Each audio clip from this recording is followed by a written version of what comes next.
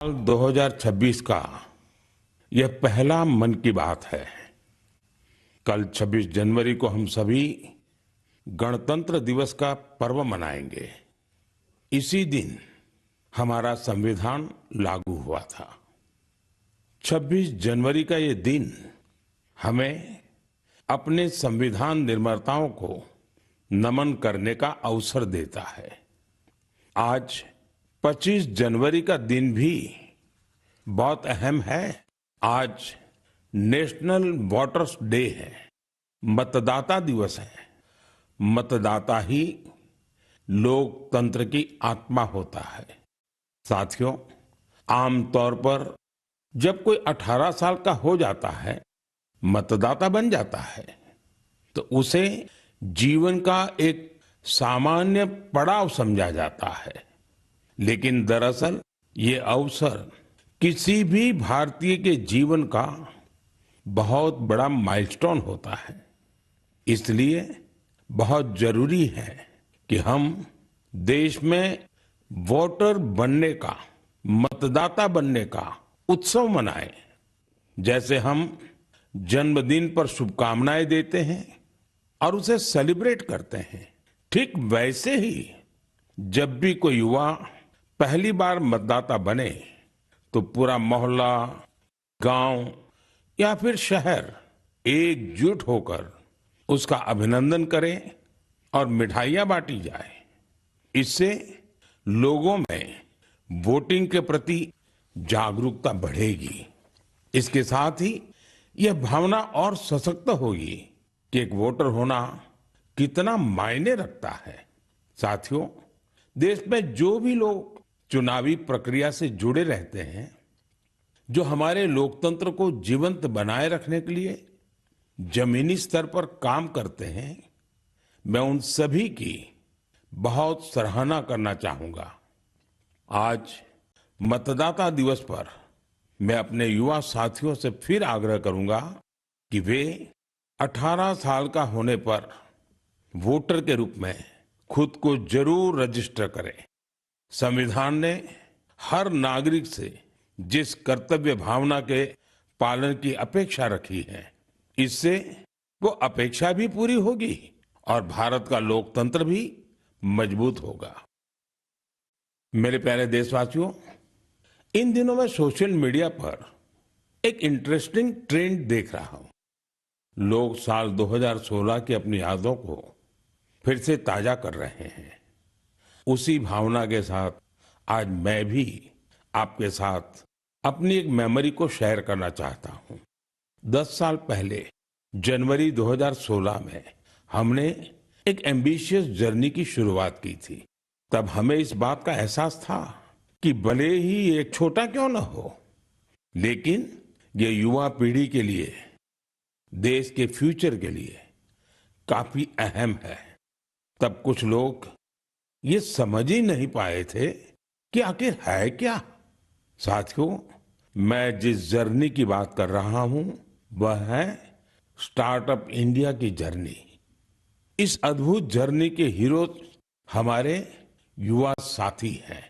अपने comfort zone से बाहर निकलकर उन्होंने जो इनोवेशन किए वो इतिहास में दर्ज हो रहे हैं। साथियों, भारत में आज दुनिया का तीसरा सबसे बड़ा स्टार्टअप इकोसिस्टम बन चुका है।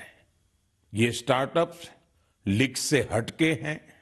आज वे ऐसे सेक्टर्स में काम कर रहे हैं जिनके बारे में 10 साल पहले तक कल्पना भी नहीं की जा सकती थी। AI, space, nuclear energy, semiconductors, mobility, green hydrogen, biotechnology, आप नाम लीजिए और कोई ना कोई भारतीय स्टार्टअप उस सेक्टर में काम करते हुए दिख जाएगा।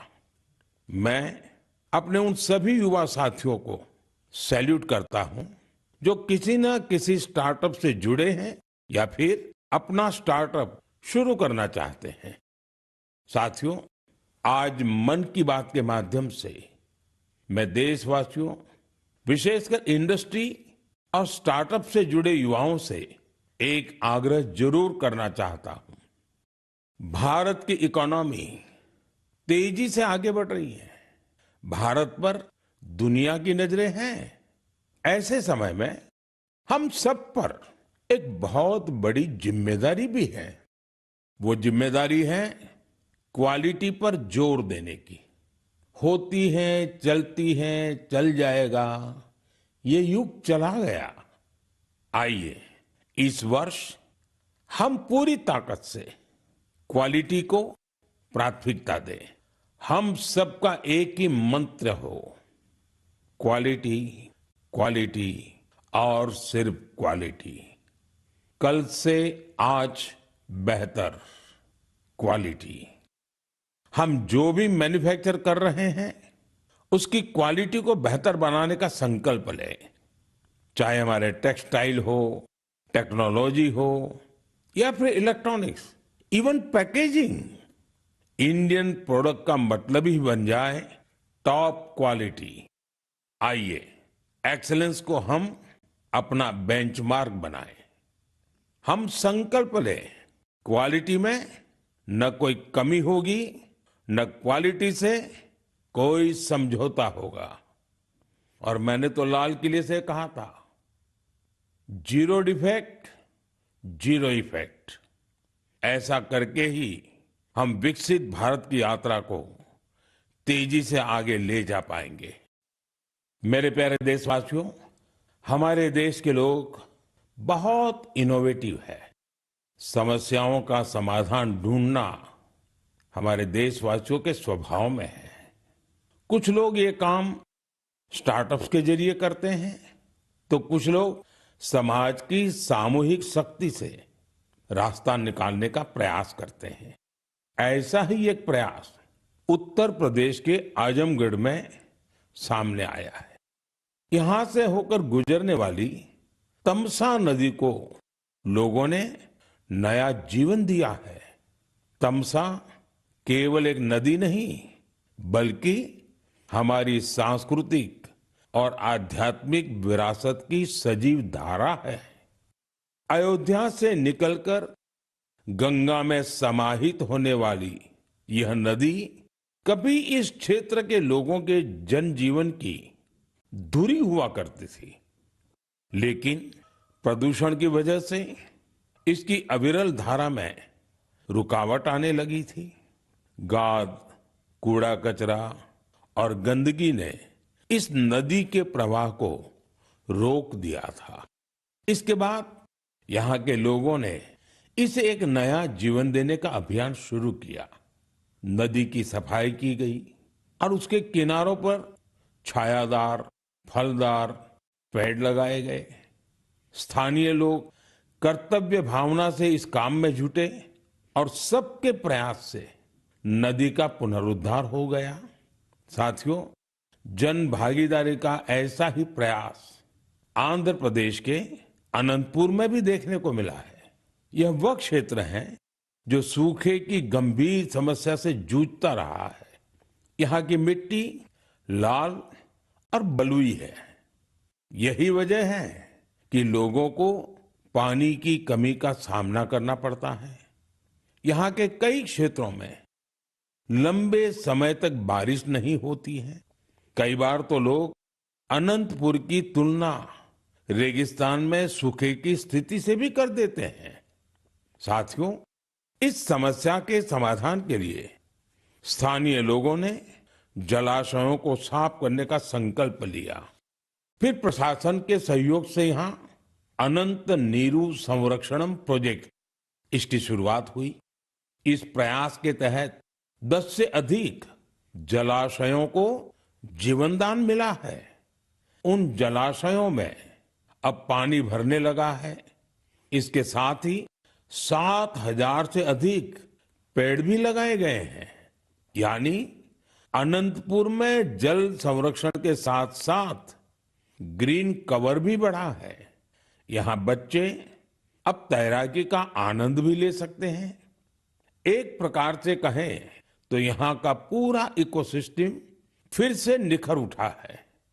साथियों, आजमगढ़ हो, अनंतपुर हो या फिर देश की कोई और जगह, ये देखकर खुशी होती है कि लोग एकजुट होकर कर्तव्य भाव से बड़े संकल्प सिद्ध कर रहे हैं। जन भागीदारी और सामूहिकता की यही भावना हमारे देश की सबसे बड़ी ताकत है। मेरे प्यारे देशवासियों, हमारे देश में भजन और कीर्तन सदियों से हमारी संस्कृति की आत्मा रहे हैं। हमने मंदिरों में भजन सुने हैं, कथा सुनते वक्त सुने हैं और हर दौर ने भक्ति को अपने समय के हिसाब से जिया है। आज की पीढ़ी भी कुछ नए कमाल कर रही है। आज के युवाओं ने भक्ति को अपने अनुभव और अपनी जीवन शैली में ढाल दिया है। इसी सोच से एक नया सांस्कृतिक चलन उभर कर सामने आया है। आपने सोशल मीडिया पर ऐसे वीडियो जरूर देखे होंगे। देश के अलग अलग शहरों में बड़ी संख्या में युवा इकट्ठा हो रहे हैं।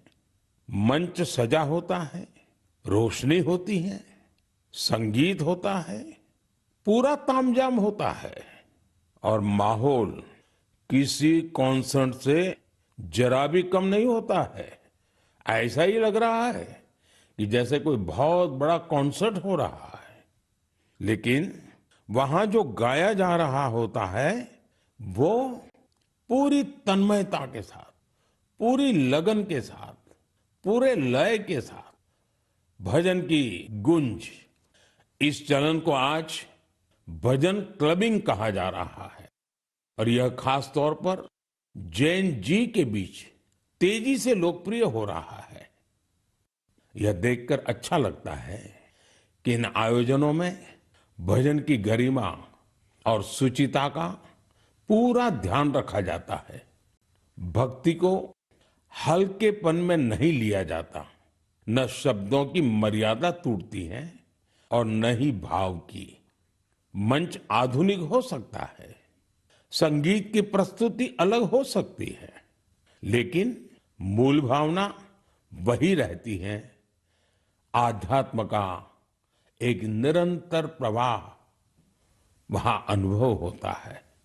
मेरे प्यारे देशवासियों, आज हमारी संस्कृति और त्योहार दुनिया भर में अपनी पहचान बना रहे हैं।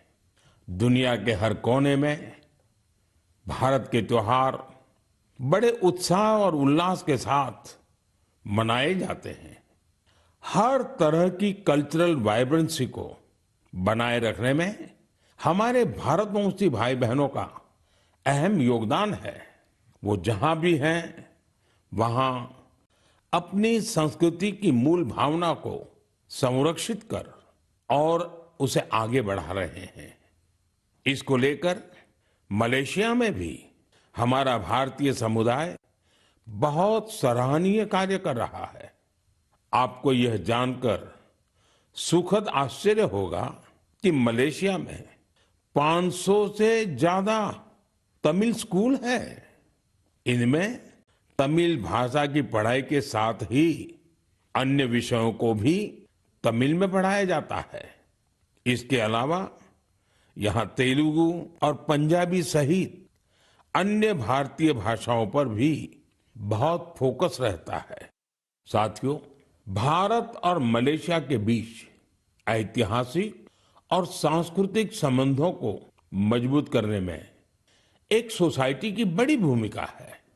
इसका नाम है मलेशिया इंडिया हेरिटेज सोसाइटी। अलग अलग कार्यक्रमों के साथ ही यह संस्था एक हेरिटेज वॉक का भी आयोजन करती है। इसमें दोनों देशों को आपस में जोड़ने वाले सांस्कृतिक स्थलों को कवर किया जाता है। पिछले महीने मलेशिया में लाल पाड़ साड़ी आइकॉनिक वॉक, इसका आयोजन किया गया। इस साड़ी का बंगाल की हमारी संस्कृति से विशेष नाता रहा है। इस कार्यक्रम में सबसे अधिक संख्या में इस साड़ी को पहनने का रिकॉर्ड बना, जिसे मलेशियन बुक ऑफ रिकॉर्ड्स में दर्ज किया गया। इस मौके पर ओडिसी डांस और बाउल म्यूजिक ने तो लोगों का दिल जीत लिया। मैं कह सकता हूं, साया बरबांगा डेंगान डियास्पोरा इंडिया दी मलेशिया, मेरे का मम्बावा इंडिया दान मलेशिया, सेमाकिन टापा। मलेशिया के हमारे भारतवंशियों को मेरी बहुत बहुत शुभकामनाएं। मेरे प्यारे देशवासियों, हम भारत के किसी भी हिस्से में चले जाएं, वहां हमें कुछ न कुछ असाधारण, अभूतपूर्व होते हुए जरूर दिख जाता है। कई बार मीडिया की चकाचौंध में ये बातें जगह नहीं बना पाती, लेकिन इनसे पता चलता है कि हमारे समाज की असली शक्ति क्या है। इनसे हमारे उन वैल्यू सिस्टम्स की भी झलक मिलती है जिनमें एकजुटता की भावना सर्वोपरि है। गुजरात में बेचरा जी के चंदन की गांव की परंपरा अपने आप में अनूठी है। अगर मैं आपसे कहूं कि यहाँ के लोग, विशेषकर बुजुर्ग, अपने घरों में खाना नहीं बनाते, तो आपको हैरत होगी। इसकी वजह गांव का शानदार कम्युनिटी किचन। इस कम्युनिटी किचन में एक साथ पूरे गांव का सबका खाना बनता है और लोग एक साथ बैठकर भोजन करते हैं। बीते 15 वर्षों से यह परंपरा निरंतर चली आ रही है। इतना ही नहीं, यदि कोई व्यक्ति बीमार है तो उसके लिए टिफिन सर्विस भी उपलब्ध है, यानी होम डिलीवरी का भी पूरा इंतजाम है।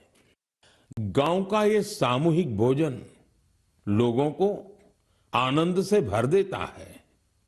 ये पहल न केवल लोगों को आपस में जोड़ती है, बल्कि इससे पारिवारिक भावना को भी बढ़ावा मिलता है। साथियों, भारत की परिवार व्यवस्था, फैमिली सिस्टम हमारी परंपरा का अभिन्न हिस्सा है। दुनिया के कई देशों में इसे बहुत कौतूहल के साथ देखा जाता है। कई देशों में ऐसे फैमिली सिस्टम को लेकर बहुत सम्मान का भाव है। कुछ ही दिन पहले ही मेरे ब्रदर यूएई के राष्ट्रपति महामहिम शेख मोहम्मद बिन जायद अल नाहयान भारत आए थे। उन्होंने मुझे बताया कि यूएई साल 2026 को ईयर ऑफ फैमिली के रूप में मना रहा है। मकसद ये कि वहां के लोगों के बीच सौहार्द और सामुदायिक भावना और मजबूत हो। वाकई यह बहुत ही सराहनीय पहल है। साथियों, जब परिवार और समाज की ताकत मिलती है तो हम बड़ी से बड़ी चुनौतियों को परास्त कर सकते हैं। मुझे अनंतनाग के शेखगुंड गांव के बारे में जानकारी मिली है। यहाँ ड्रग्स, तंबाकू, सिगरेट और शराब से जुड़ी चुनौतियां काफी बढ़ गई थी। इन सब को देखकर यहाँ के मीर जाफर जी इतना परेशान हुए कि उन्होंने इस समस्या को दूर करने की ठान ली। उन्होंने गांव के युवाओं से लेकर बुजुर्गों तक सभी को एकजुट किया। उनकी इस पहल का असर कुछ ऐसा रहा कि वहां की दुकानों ने तंबाकू उत्पादों को बेचना ही बंद कर दिया। इस प्रयास से ड्रग्स के खतरों को लेकर भी लोगों में जागरूकता बढ़ी है। साथियों, हमारे देश में ऐसी अनेक संस्थाएं भी हैं जो वर्षों से निस्वार्थ भाव से समाज सेवा में जुटी हैं। जैसे एक संस्था है पश्चिम बंगाल के पूर्व मेदिनीपुर के फरीदपुर में। इसका नाम है विवेकानंद लोक शिक्षा निकेतन। ये संस्था पिछले 4 दशक से बच्चों और बुजुर्गों की देखभाल में जुटी है। गुरुकुल पद्धति की शिक्षा और टीचर्स की ट्रेनिंग के साथ ही ये संस्था समाज कल्याण के कई नेक कार्यों में जुटी है। मेरी कामना है कि निस्वार्थ सेवा का यह भाव देशवासियों के बीच निरंतर और अधिक सशक्त होता रहे। मेरे प्यारे देशवासियों, मन की बात में हम निरंतर स्वच्छता के विषय को उठाते रहे हैं। मुझे ये देखकर गर्व होता है, हमारे युवा अपने आसपास की स्वच्छता को लेकर बहुत सजग हैं। अरुणाचल प्रदेश में हुए एक ऐसे ही अनूठे प्रयास के बारे में मुझे जानकारी मिली है। अरुणाचल वो धरती है जहां देश में सबसे पहले सूर्य की किरणें पहुंचती हैं। यहां लोग जय हिंद कहकर एक दूसरे का अभिवादन करते हैं। यहां ईटानगर में युवाओं का समूह उन हिस्सों की सफाई के लिए एकजुट हुआ जिन पर ज्यादा ध्यान देने की जरूरत थी। इन युवाओं ने अलग अलग शहरों में सार्वजनिक स्थलों की साफ सफाई को अपना मिशन बना लिया।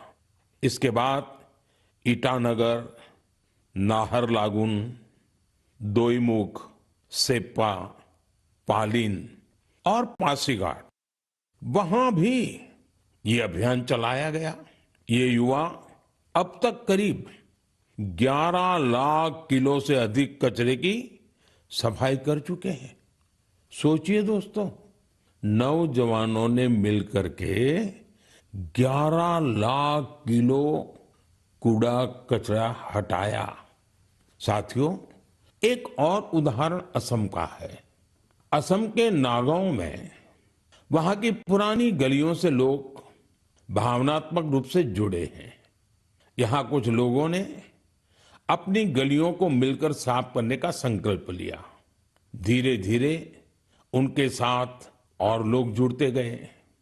इस तरह एक ऐसी टीम तैयार हो गई जिसने गलियों से बहुत सारा कचरा हटा दिया। साथियों, ऐसा ही एक प्रयास बेंगलुरु में हो रहा है। बेंगलुरु में सोफा वेस्ट एक बड़ी समस्या बनकर सामने आया है। इसलिए कुछ प्रोफेशनल्स एकजुट होकर इस इश्यू को अपने तरीके से सॉल्व कर रहे हैं। साथियों, आज कई शहरों में ऐसी टीमें हैं जो लैंडफिल वेस्ट की रिसाइकलिंग में जुटी हैं। चेन्नई में ऐसी ही एक टीम ने बहुत बेहतरीन काम किया है। ऐसे उदाहरणों से पता चलता है कि स्वच्छता से जुड़ा हर प्रयास कितना अहम है। हमें स्वच्छता के लिए व्यक्तिगत तौर पर या फिर टीम के तौर पर अपने प्रयास बढ़ाने होंगे, तभी हमारे शहर और बेहतर बनेंगे। मेरे प्यारे देशवासियों, जब पर्यावरण संरक्षण की बात होती है तो अक्सर हमारे मन में बड़ी योजनाएं, बड़े अभियान और बड़े बड़े संगठन की बातें आती हैं। लेकिन कई बार बदलाव की शुरुआत बहुत साधारण तरीके से होती है। एक व्यक्ति से, एक इलाके से, एक कदम से, और लगातार की गई छोटी छोटी कोशिशों से भी बड़े बदलाव आते हैं। पश्चिम बंगाल के कुछ बिहार के रहने वाले बेनोय दास जी का प्रयास इसी का उदाहरण है। पिछले कई वर्षों से उन्होंने अपने जिले को हरा भरा बनाने का काम अकेले दम पर किया है। बेनोय दास जी ने हजारों पेड़ लगाए हैं।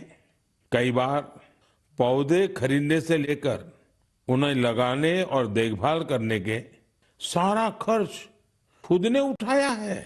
जहां जरूरत पड़ी वहां स्थानीय लोगों, छात्रों और नगर निकायों के साथ मिलकर काम किया। उनके प्रयासों से सड़कों के किनारे हरियाली और बढ़ गई है। साथियों, मध्य प्रदेश में पन्ना जिले के जगदीश प्रसाद आहिरवार जी, उनका प्रयास भी बहुत ही सराहनीय है। वो जंगल में बीट गार्ड के रूप में अपनी सेवाएं देते हैं। एक बार गश्त के दौरान उन्होंने महसूस किया कि जंगल में मौजूद कई औषधीय पौधों की जानकारी कहीं भी व्यवस्थित रूप से दर्ज नहीं है। जगदीश जी ये जानकारी अगली पीढ़ी तक पहुंचाना चाहते थे, इसलिए उन्होंने औषधीय पौधों की पहचान करना और उनका रिकॉर्ड बनाना शुरू किया। उन्होंने 125 से ज्यादा औषधीय पौधों की पहचान की। हर पौधे की तस्वीर, नाम, उपयोग और मिलने के स्थान की जानकारी जुटाई। उनकी जुटाई गई जानकारी को वन विभाग ने संकलित किया और किताब के रूप में प्रकाशित भी किया। इस किताब में दी गई जानकारी अब रिसर्चर, छात्रों और वन अधिकारियों के बहुत काम आ रही है। साथियों, पर्यावरण संरक्षण की यही भावना आज बड़े स्तर पर भी दिखाई दे रही है। इसी सोच के साथ देश भर में एक पेड़ मां के नाम अभियान चलाया जा रहा है। इस अभियान से आज करोड़ों लोग जुड़ चुके हैं। अब तक देश में 200 करोड़ से ज्यादा पेड़ लगाए भी जा चुके हैं। ये बताता है कि पर्यावरण संरक्षण को लेकर अब लोग ज्यादा जागरूक हैं और किसी न किसी रूप में अपना योगदान देना चाहते हैं। मेरे प्यारे देशवासियों, मैं आप सभी की एक और बात के लिए बहुत सराहना करना चाहता हूं। वजह है मिलेट्स, यानी श्री अन्न।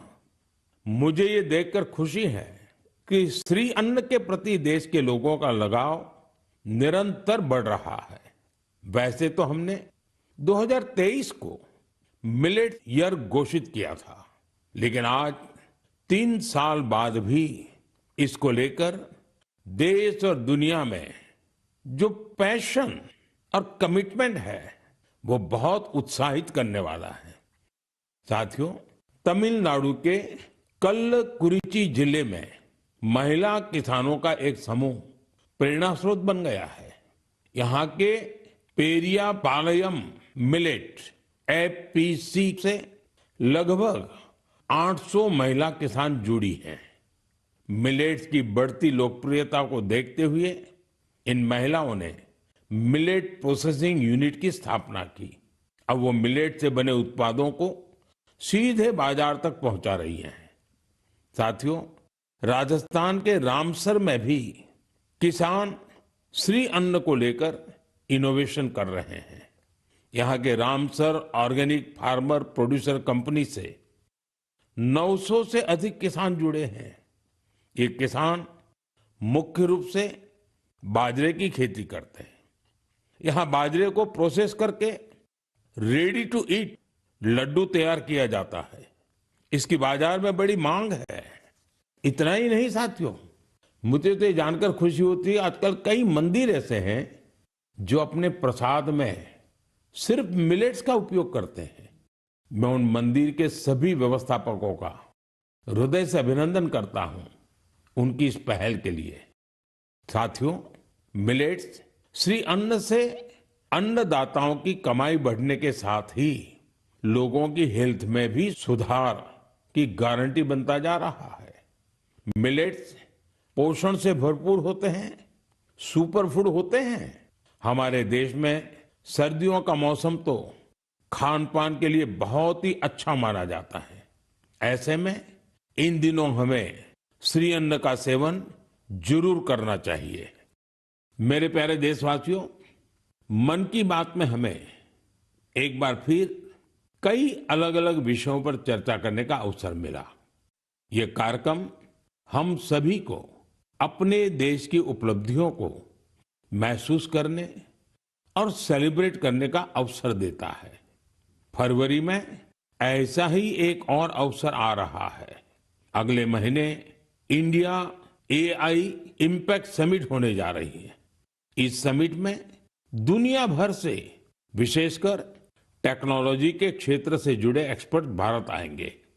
यह सम्मेलन एआई की दुनिया में भारत की प्रगति और उपलब्धियों को भी सामने लाएगा। मैं इसमें शामिल होने वाले हर किसी का हृदय से अभिनंदन करता हूं। अगले महीने मन की बात में इंडिया एआई इम्पैक्ट समिट पर हम जरूर बात करेंगे। देशवासियों की कुछ अन्य उपलब्धियों की भी चर्चा करेंगे। तब तक के लिए मुझे मन की बात में विदा दीजिए। कल के गणतंत्र दिवस के लिए एक बार फिर आप सभी को मेरी बहुत बहुत शुभकामनाएं। धन्यवाद।